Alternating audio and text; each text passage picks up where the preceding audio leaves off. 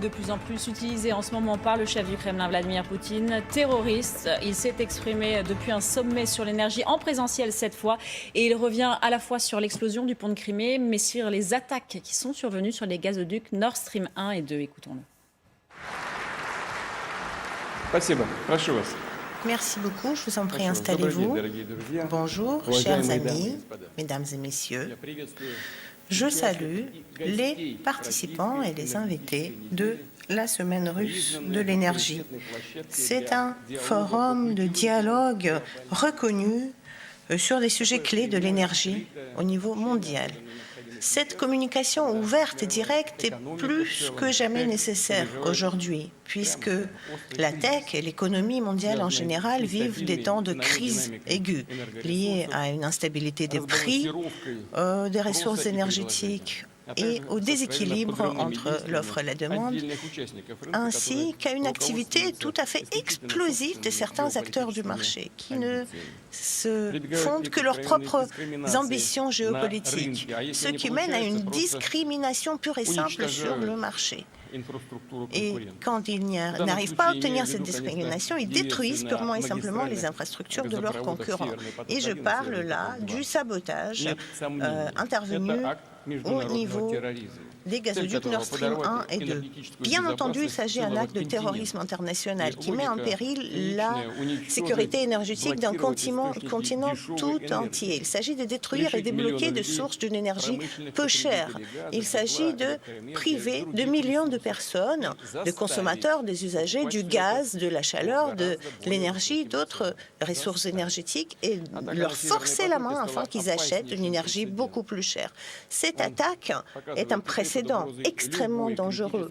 Il montre que n'importe quelle infrastructure critique, qu'elle ce soit une infrastructure de transport ou une infrastructure énergétique, est aujourd'hui menacée.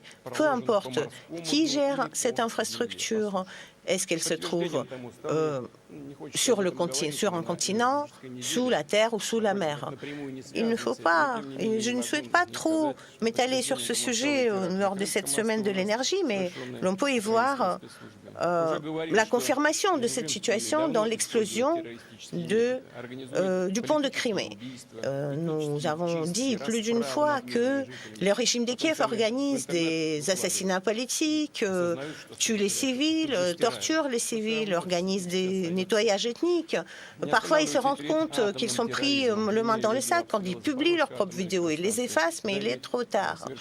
Et leur comportement, c'est aussi les attaques sur la centrale des Zaporižier, sur la centrale nucléaire de Kursk et des tentatives d'explosion sur le gazoduc Turkish Stream. Alors, tout ça est enregistré, tout ça est prouvé et on peut se poser la question, qui est le bénéficiaire de tout cela ?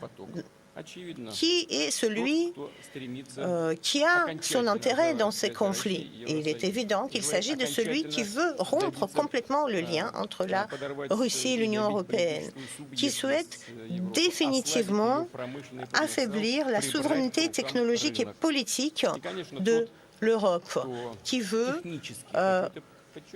s'approprier le marché européen. Mais c'est également celui qui a la capacité technique d'organiser ce type d'explosion et qui l'a déjà fait par le passé. Il a été attrapé le main dans le sac, mais il est resté impuni. Et ce bénéficiaire, il est évident de qui il s'agit. Je pense qu'il n'est pas nécessaire que je le dise ici, puisque la signification géopolitique des gazoducs restants augmente. Ce sont des gazoducs qui traversent le territoire polonais, le territoire ukrainien. Tous ces gazoducs ont, il y a quelque temps, été construits et leur construction a été financée sur ses propres denrées par la Russie. Bien sûr, c'est dans l'intérêt de ces pays, mais également des États-Unis qui peuvent aujourd'hui fournir leur gaz liquéfié à des prix très élevés. Donc, comme on dit chez les bons énergéticiens, highly likely. Très probablement, on voit de qui il s'agit quand on parle de ces bénéficiaires. Donc, on ne peut plus facilement aujourd'hui imposer le gaz liquéfié américain qui ne fait pas la concurrence au gaz russe. Bien sûr, ces prix sont beaucoup plus élevés, nous le savions avant, et c'est encore plus vrai aujourd'hui. En plus, il ne s'agit pas que du prix, cela implique d'autres risques. Ces approvisionnements sont très instables, ils peuvent tout à fait faire demi-tour et se diriger vers une autre région du monde. Et nous en avons été témoins il y a très peu de temps. Les navires américains qui amenaient le gaz liquéfié vers l'Europe faisaient demi-tour et allaient ailleurs puisqu'on leur en avait proposé un prix plus élevé. Et donc les intérêts des acheteurs européens étaient purement et simplement ignorés. Et je voudrais vous rappeler qui, à l'époque, a accouru, qui a aidé l'Europe, qui a fourni du gaz pour compenser cette défection américaine. Eh bien, c'était la Russie. Et pourtant, ceux qui sont au pouvoir dans ces pays ne s'en souviennent pas, mettent en doute notre fiabilité. Pourtant, ce n'est pas nous qui refusons les approvisionnements. Nous respectons scrupuleusement nos obligations contractuelles. Nous fournissons dans leur ensemble les volumes prévus par nos contrats. Si quelqu'un ne veut pas acheter notre gaz, c'est une décision qui lui appartient.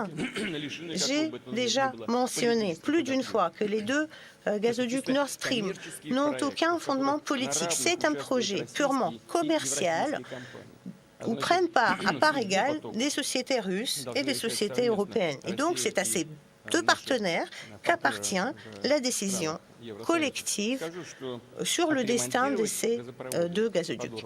Je peux dire qu'il est possible, bien entendu, de réparer ces gazoducs qui passent au fond de la mer Baltique. Mais ça n'aura du sens que s'il y a un intérêt économique à leur exploitation et que si l'on peut garantir la sécurité de ces gazoducs. Donc, si avec les Européens, nous décidons de rétablir les fournitures, nous pouvons le faire sur une des branches de Nord Stream 2 qui aurait survécu. Je dis aurait puisque malheureusement nos experts ne sont pas admis sur le terrain pour examiner cette branche.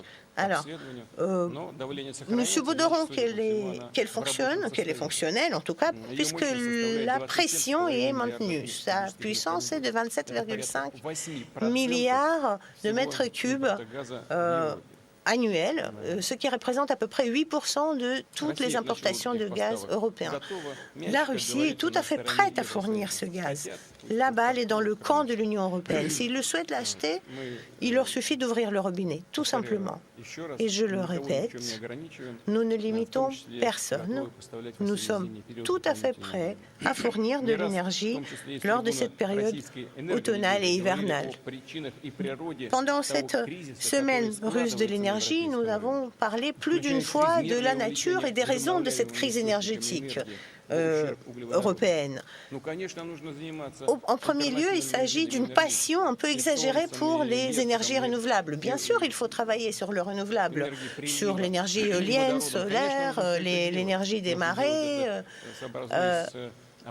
l'hydrogène, bien sûr, il faut le faire. Bien sûr, il faut les développer, mais il faut tenir compte des volumes de consommation de ces types d'énergie, de la demande, de la croissance économique mondiale et du niveau de développement de ces technologies. Il ne faut pas mettre la charrue avant des bœufs pour des raisons politiques ou purement conjoncturelles, de politique intérieure parfois. Et pourtant, c'est ce qui s'est passé. L'on a refusé le nucléaire, l'on a refusé également des contrats à long terme dans le domaine gazier. Nous sommes passés sur un modèle de marché spot ou de marché à terme.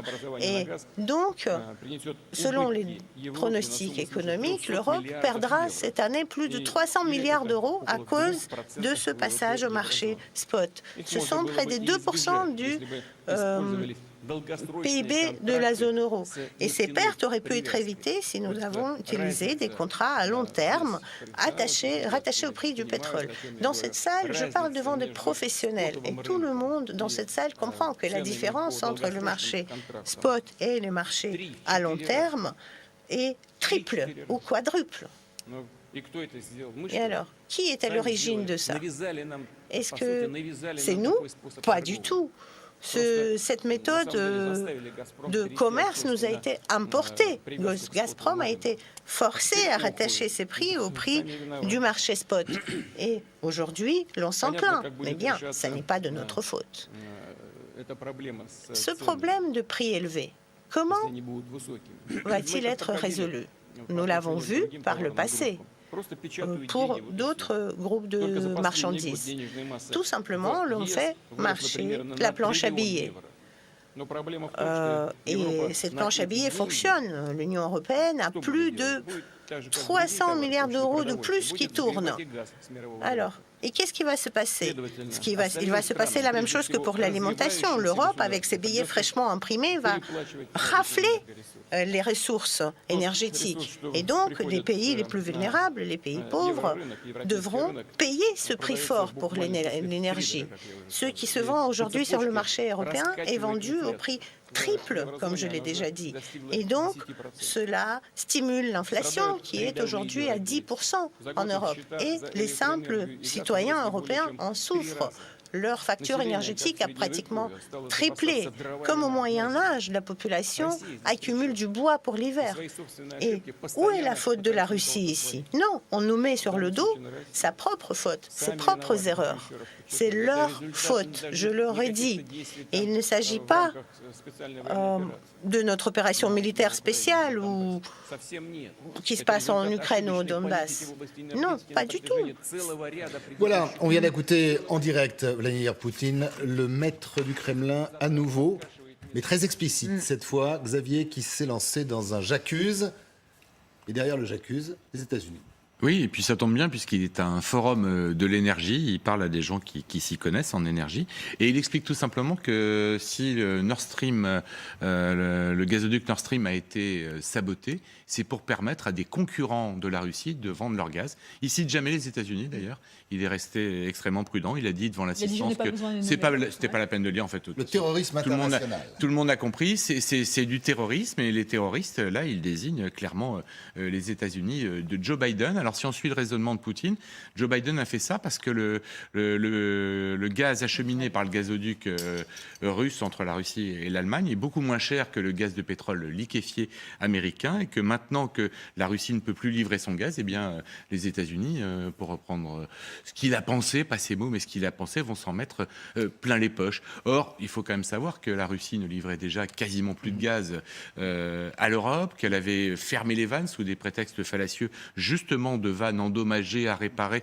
qui n'étaient jamais réparées, qui n'étaient jamais récupérées. Il y a eu beaucoup de problèmes de douane. En fait, c'est des problèmes de douane qui étaient russes, qui ne venaient pas d'autre part. Donc, il met vraiment la balle dans le camp américain. Il va même plus loin, c'est-à-dire que maintenant, il prétexte tout ce qui s'est passé sur le terrain et une partie de cet engagement en Ukraine en disant que aujourd'hui, les États-Unis, autant les nommer, c'est un peu un coin entre l'Europe et entre la Russie. C'est-à-dire que, visiblement, les États-Unis veulent diviser, veulent séparer la Russie et l'Europe. C'est ce qu'elle regrette. Oui, c'est intéressant. C'est d'une manière générale, on voit que sur un fond de vérité, on construit un mensonge, et à partir de ce mensonge, comme on avec le construit pétrole une vérité. Au Moyen-Orient. Exactement. C'est exactement pareil. C'est exactement la même chose.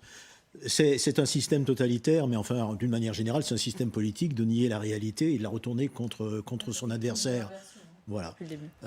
Donc, il suit sa propre sémantique, il développe son discours, en désignant les États-Unis comme étant le principal perturbateur et sa capacité à vouloir séparer l'Europe de la Russie. Il ne parle pas de la Chine, entre parenthèses.